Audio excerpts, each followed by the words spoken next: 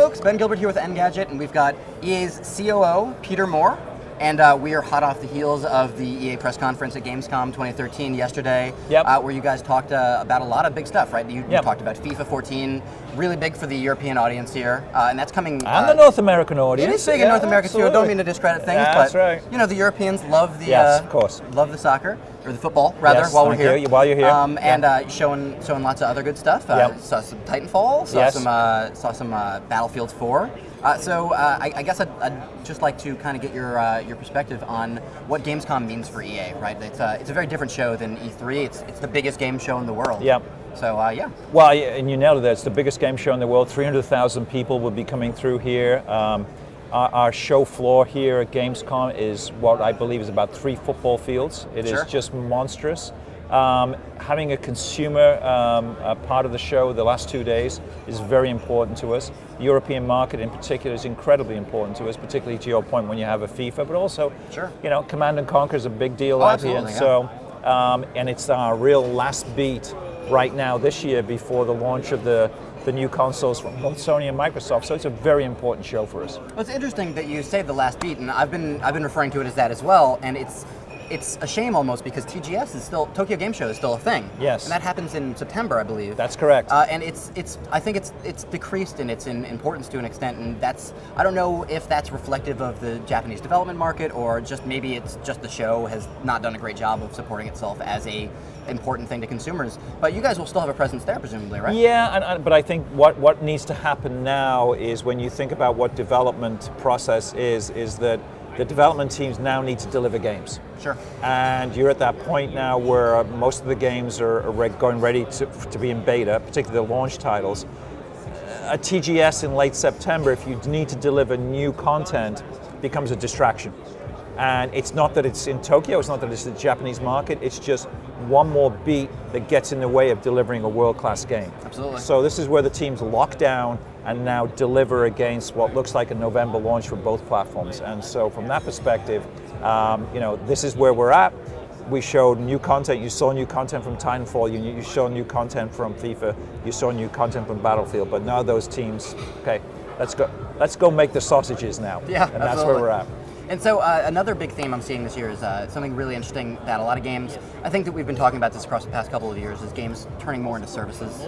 And we've seen a lot of that, especially with these new consoles, where they're able to do these more persistent worlds, have a bigger tie-in with your kind of world outside of just playing a game on a console. And stuff like Titanfall and Need for Speed Rivals, or for that matter, Command & Conquer, are really great examples of stuff like that. And I guess I'd love to hear your perspective on where we see that stuff going down the road, right? Does that still make sense to release a game every year for a franchise when there's, you know, if it's a service, does it make sense for there to be an annual? Well, it depends. And you know, we look at titles like FIFA and Battlefield, to your point, which start to feel more, the service thing is weird. It's less about being a service, more about fresh content all the time. Sure. You've invested in a client called a disc in most instances. And in the old days, that would be it. We would go, fine, dev team goes to the beach for 2 weeks and then let's go make the next one for next year. No, I mean, so much of our development teams now are live operations guys that are constantly developing post-release content for consumers. Battlefield Premium has been a runaway success. FIFA Ultimate Team is the gold standard for what keeps gamers looking at getting even more value out of their purchase for their game itself, for the client that you've bought. And you know, from that perspective now, they are living, breathing organisms that go on until we're ready to deliver the next big client, which refreshes the experience and we start all over again. This is no longer launch and leave or fire and forget. This is about delivering content and experiences 365 days a year. And so in that respect, it seems like there needs to be some sort of evolution of the way that people buy their games then, right? As you say, there's not necessarily just this, I'm buying a game and that's the thing that I'm playing and it's static. It's even something you're buying digitally and maybe you don't ever have a disc and maybe it just lives on your box and it's a service in the background, right? And we're seeing more and more of that at the other end of the spectrum with free-to-play, in which you're looking at games where you, FIFA and Battlefield, just talking about, both have free-to-play options depending where you are in the world, depending on what platform, and it's a different experience, but the ability for you to be able to interact with those franchises on a free-to-play basis is got to be part and parcel of every major franchise we do now, and that's very important to Electronic Arts to be able to bring more consumers into our world of FIFA and Battlefield as the two that I think point out what we can do on a 24-hour basis, sure, regardless of how much money you got in your wallet, how much time you have to spend, what device you're playing on, where you are in the world. And in Titanfall, also, speaking directly to Titanfall, it's a game created by the folks who previously created the Call of Duty series, a hugely popular franchise, and something that has become somewhat of a service unto itself. It's an annualized game, but it's still something where there's a huge, persistent player base that's moving from game to game. Sure. And Titanfall seemingly is aiming to do something along those lines, maybe not on an annualized basis, but it's coming out, and the campaign and the multiplayer, there isn't the same delineation that we've seen in the past, right? It's kind of tied together. And I guess I'd love to hear why you folks chose to do something like that. I mean, maybe this is a question directly for Respawn, but You're exactly right. Yeah. That is a question for Vince and the Respawn team, and one of the more talented groups. You saw what they delivered yesterday was spectacular. I love the freshness of the game mechanic. You've got one of the more talented development heads in Vince Zampella, certainly from a track record perspective. Absolutely. We believed in him. We've been there with the get-go with Respawn Entertainment. We're excited about this title. It's more of a question for him because it's not for me to say what's inside their heads of why they see this as the future. Sure. So it's more of a question for Vince and the team. But we're seeing more and more of the online experience being part and parcel of what every game. We don't ship a game at EA that is offline. It just doesn't happen. And gamers either want to be connected so that your stats and your achievements and whatever you do certainly reflect who you are, or you want the full multiplayer experience on top of that. So, we don't deliver offline experiences anymore. So speaking to that specifically, EA's made a big push in that respect with Origin, right? Across all these platforms, where that's been something that ties together your history in EA's games across various platforms. That's correct. And it's been something that's been somewhat contentious at the same time, right? There's been some blowback from consumers on certain particulars, right? I don't think it's been received poorly. You guys are clearly still supporting it, and it's still doing well. But at the same time, there's been some kinks to work out as things go on. And I guess, what do you see as the future of stuff like that, of the Origin? More integration maybe into the consoles, where it's part and parcel of your gamer tag? Could be. I mean, we use Origin as a base layer for doing exactly what you talk about. As we move more and more interacting with millions of customers every single month, it's important that we can see what they're doing to help them. So customer service reports to me.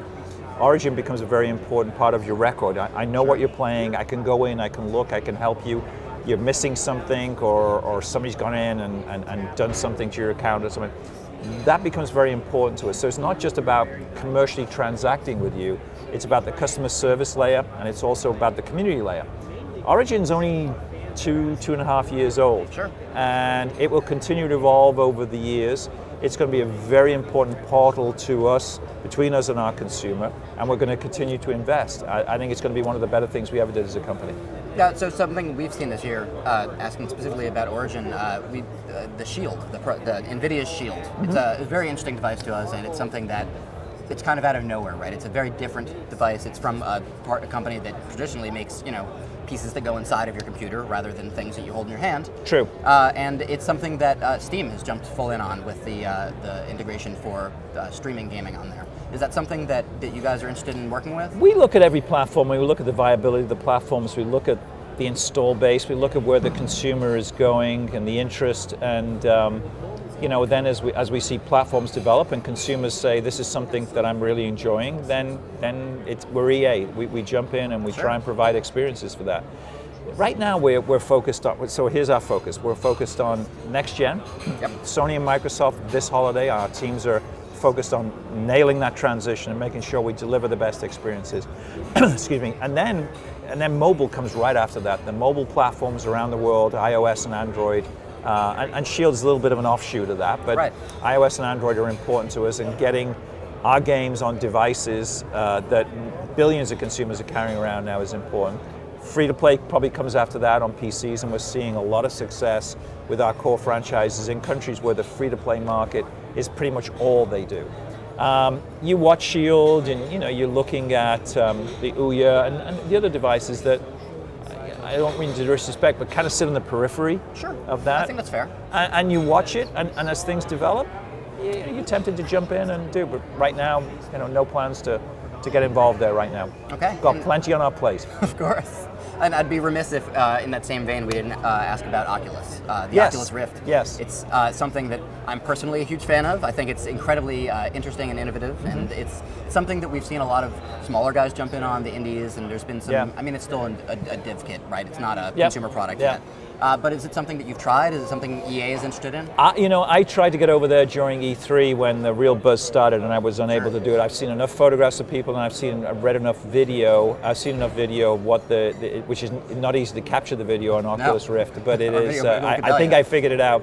Again, I think it probably sits in the same category as the Shield. You watch it with interest. And if that's not an easy business, a peripheral business. For sure. But we keep a close eye on that, and as that business develops, we'll watch for it. Okay, all right. Well, is there anything else you'd like to share with the audience at home from Gamescom 2013 and No, EA's future? I just think if you haven't watched the press conference, it's on ea.com/Gamescom. It's a lot of fun as we always do with our press conferences. We get the crowd warmed up, and we deliver an hour or an hour and a bit in this particular case. We're very focused on the games brought to you by the people who make them. So if you haven't seen Titanfall, you haven't seen the latest of Battlefield 4, you haven't seen the latest of FIFA, if you love the games like Command & Conquer, and we lead off with The Sims 4, if you like PopCap, then PvZ2, Garden Warfare, and Peggle 2. Peggle 2! Absolutely. There's a bunch of stuff, and there's something for everyone in there. It's 70 minutes of your life. You can sit and watch it stream. It's ready to go.